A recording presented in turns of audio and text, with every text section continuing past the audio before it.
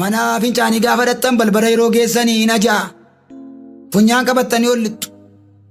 Daqiiqaa 2-3 booddee yernaa fayyadamtanii jettan immoo achirra teessanii yooduu jalqabdu wal bartu ciincaa mana kee wajjin.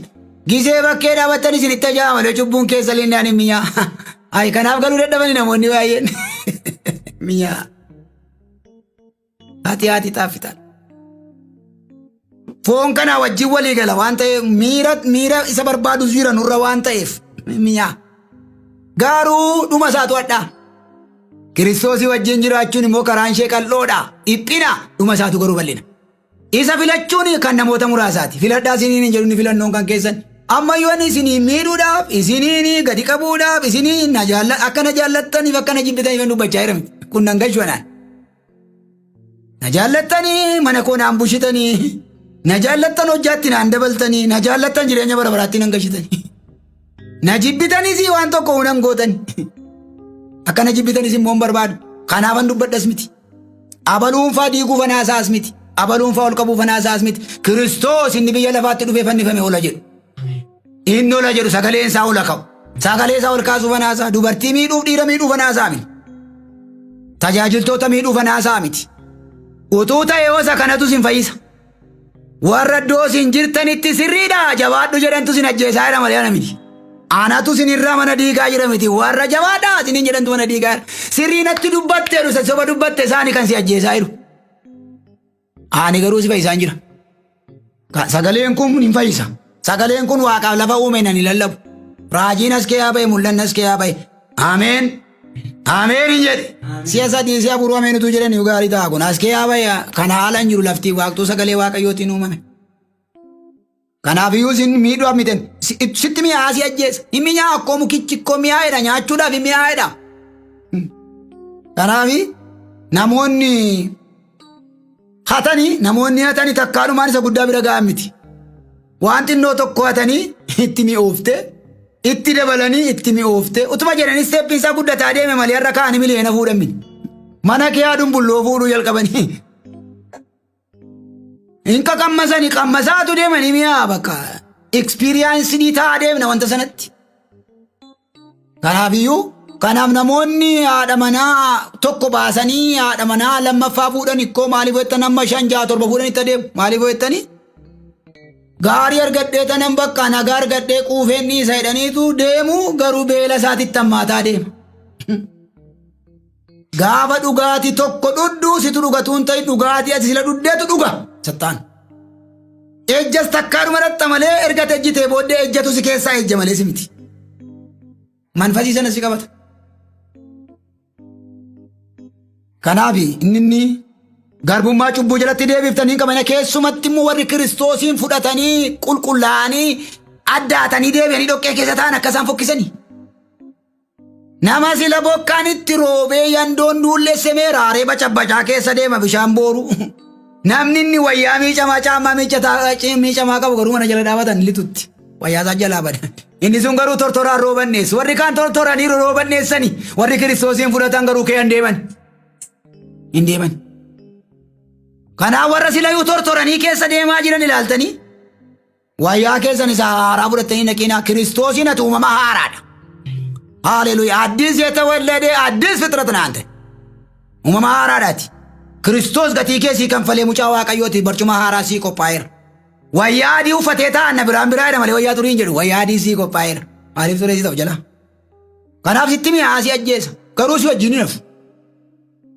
Yoo dhugde dhugaa naftu, yoo ejjite ejjaa naftu, yoo sooromtee naftu gaaf tokko hin deemtu. Yesuus bara baraan si wajjin jiraata. Kanaaf obsii kottu duukaa.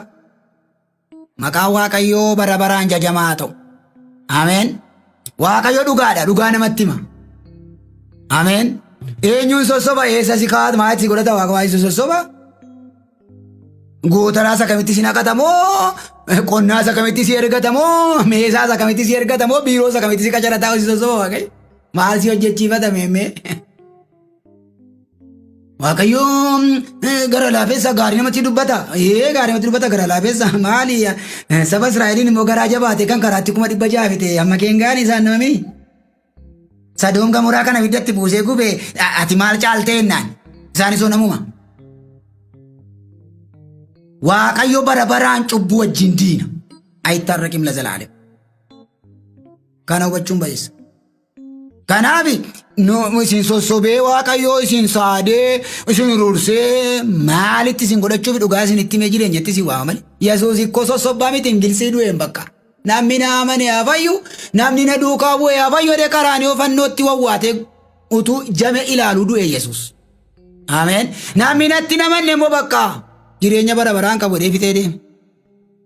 Gabaar sossobbiin qabu kun dhumeera dubbi. Waan dhume keessa deebitanii hin biraa haasa'uun naqina alkool. Kanaaf Yesuus jaallatee sii du'e jaallattee jiraatta. Caccabsee reebee siin kaa'u shiftaa miti waaqayyo. Na caccabsiin areebi warri jettan jaallatee sii du'e Yesuus malee situ iyyata dhiyeeffate miti. Waaqayyo akkana biyya lafaa jaallate tokkicha ilma isaa kennu jaallatee sii du'e jaalladhu jiraadhuuf. Ameen Yesuusiif jedhii jiraadhuuf. Maqaan isaa bara baraan hajajamu. Yoo na jaallattan naa faarfadhaa jedhe miti. Yoo na jaallattan naa ilishaa naa foorichaa naa iyyaa jedhe miti. Gaariidha oo beetan. Amantiidhaan shubbisaa fi cubbuun qabu. Garuu yoo na jaallattan shubbisaan jennu, yoo na jaallattan qeesii naa ta'a wangeelaawii naa ta'an jennu, yoo na jaallattan abboommii koo eegaa jedhe. Namooti baay'een gooftaan jaalladheedhu abboommiin irra hin jiru. Mee bira koo kana faradaa. Faradaa biyyaa. Gooftaan jaalladheedhu waan gooftaan jibbu hojjetaa oolu faradaa yaa biyyaa.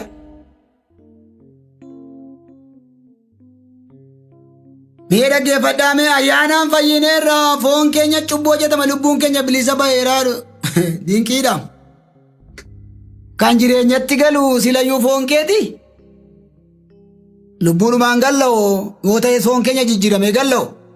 Ilaani Galaatiyaa boqonnaa 5 akka jedhu namoonni hatan namoonni akkas godhan namoonni machaan albaadhuman gadhoomanidha lakkaa'eeti. Akkuma kanaan dura isinitti matumaa mootummaa waaqayyootti hin galan jedheera jedhe. Hin galanidha. Hawwiin cubbuu ulfoofti cubbuun immoo ulfooftee du'a deessi jedha. Eenyu fa'isin warri cubbuun jireenya daa'attan. Kanaaf hawwiin ulfooftee immoo du'a deessi gatiin cubbuu du'a jedhe eewu shaare eewu wangeela biraa saafee fide. Nuufidaa jiraate hin jiru. Yoo na jaallattan abboommii koo eegaa. Ani qulqulluudha isin immoo xuraa'ota ta'a jedhe. Ani qulqulluudha ijoollee koo isinis qulqulloota ta'a jedhe. Har'a immoo yaa baay'ee inni qulqulluudha nuni immoo hin xuroofna. Inni qulqulluudha nuni immoo dhokkee keessa raaree bacabbany. Lakkiibba. Atiyyuu kellaa qulqulluu keessa mana qulqulluu kee jiraatta waaqayyo atoo mana qulqullummaa isaati kosii kee jiraata. Ati Kiristoositti dabalamtee tasattamanuudhaan jedhe dabalamneerra. Ani isin keessan jiraa abbaan na kee jiraa jedhe. Isin keessan jira jedhe. Naa bantanii nan ol galeen taa'aa jedhe. Erga Yesuus nu kee jiraate jireenya bara bara arganne irra ta'eetiin wajjin na dhaqe moo? Yoosoo Yesuus baanu cubbuu shaakalsiisaa jirra jechuudhaaf nu wajjin dhaqe taanaan. Laakki ofii makeetii dhatte Yesuus wajjin hinnan.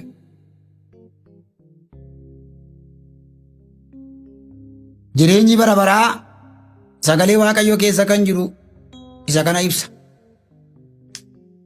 Kanaafiyyuu akkuma isinitti mee ayyaanaan fayyina cubbuu hojjenna warra jedhanii yoo sammuun isaanii gar malee yaade ta'erraan kan hafe macaafni qulqulluun takkaayyuu lafa hin kaa'u.